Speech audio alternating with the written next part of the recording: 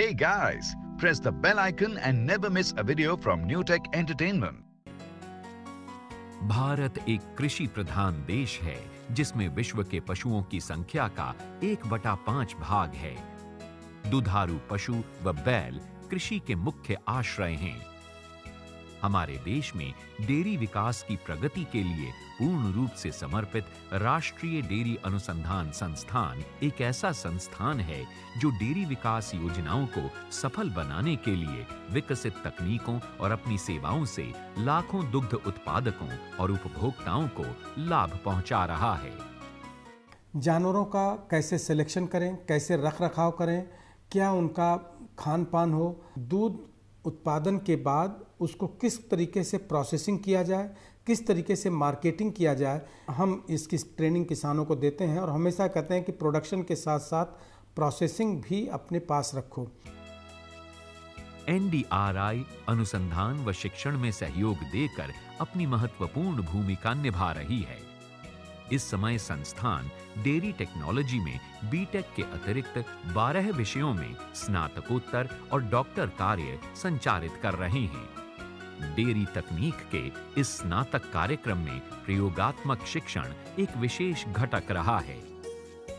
60,000 litre दूध प्रतिदिन संसाधित क्षमता वाला मॉडल डेयरी प्लांट छात्रों को दुग्ध प्रसंस्करण के हर पहलू के बारे में प्रशिक्षण देने के लिए समर्पित है, ताकि हमारे विद्यार्थी डेयरी विकास के कार्यक्रम में भली भांति अपना योगदान दे सकें।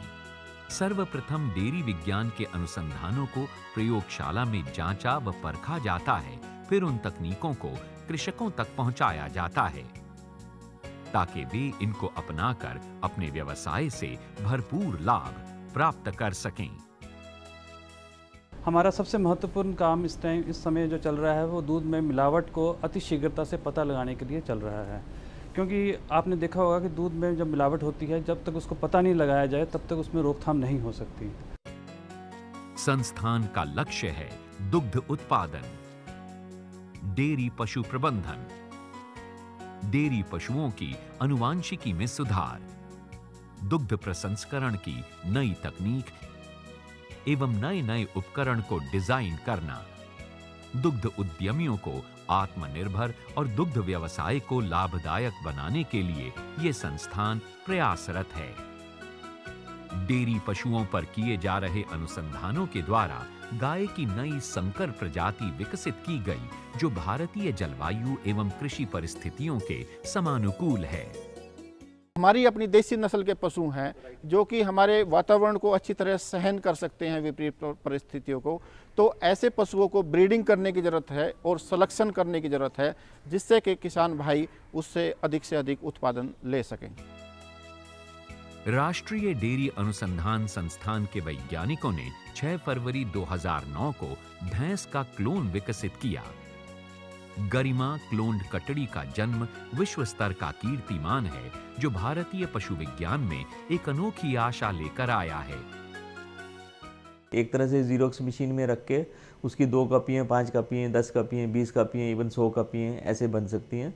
तो उससे क्या है कि अच्छी दुधारी भैंसें ज़्यादा बन जाएंगी और जो कम वाली हैं उनकी कॉस्ट पे, मतलब बच्चा वो पैदा करेंगी और जो बच्चा पैदा होगा वो ज़्यादा दूध वाला होगा। NDRI ने पशुओं के लिए संतुलित आहार और पशु चारे को विकसित किया है। संस्थान के प्रयास से अधिक उपज देने वाली प्रजाति का विकास तथा उच्च पोषण एवं समय पर तैयार होने वाली चारा फसलों की प्रजातियां तैयार करने पर विशेष ध्यान दिया जा रहा है। हवा से पूरी तरह से जितना भी चारा है उसको मुक्त कर देना है। इस तरह से प्रिजर्व करने के लिए जब हम इसको रखते हैं, 45 दिन बाद हमारे पास साइलेज एनिमल के खाने के लिए रेडी होता है। साइलेज का प्रयोग करके और पशु के जो फाइबर रिक्वायरमेंट है उनको पूरा कर सकता है। डेयरी प्रसंस्करण के विभिन्न क्षेत्रों में इस संस्थान ने दुग्ध और दुग्ध आधारित मिठाइयां, पनीर और लस्सी आदि अनेक प्रकार के खाद्य पदार्थ यहां तैयार किए हैं। हमारे संस्थान ने जो तकनीक विकसित की हैं उन तकनीक को कैसे वो अपना सकते हैं, एक बिजनेस एंटरप्राइज़ की तरह कैसे उसको कर सकते हैं, उसके लिए क्या गाइडेंस चाहिए, क्या मार्गदर्शन चाहिए, वो हम प्रोवाइड करते हैं।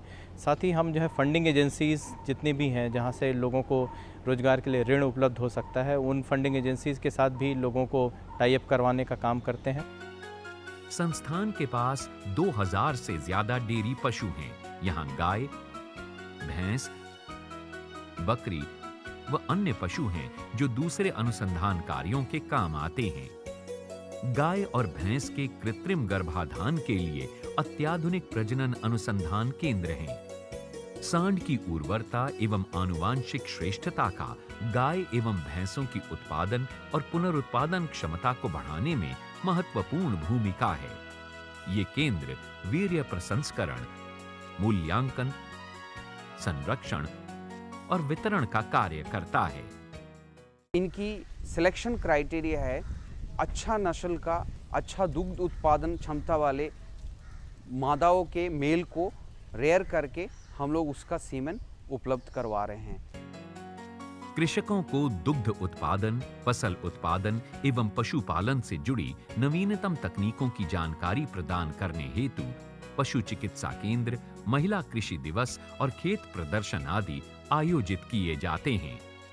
फार्मर से पूछते हैं कि आपकी प्रॉब्लम्स क्या क्या है। 80% के आसपास हम डेयरी फार्म कवर करते हैं, जिसमें पशु प्रजनन है, पशु स्वास्थ्य है, पशु आहार है, पशु का रखरखाव है, पशुओं से बीमारी का बचाव है। इस पर विस्तार से चर्चा करते हैं। विस्तार कार्यकलापों का मूल उद्देश्य डेयरी उत्पादन तकनीकों को कृषकों में प्रचारित और प्रसारित करना है। डेयरी शिक्षण कृषकों के द्वार नाम से सफल अभियान चलाया जा रहा है। ये बार बार समझाते हैं कि किस प्रकार जो है पशु सीमन कंसीव करता है, ईट में कब आता है, कब उसको सीमन देना चाहिए, सीमन कैसा होना चाहिए, किस सांड का है, उसकी माँ का रिकॉर्ड कितना है, ऐसा जानकारी बहुत जरूरी है। एनडीआरआई द्वारा अपनाए गए विशेष कार्यक्रमों के माध्यम से कृषक समुदाय की आर्थिक समृद्धि बढ़ाने में महत्वपूर्ण योगदान मिला है।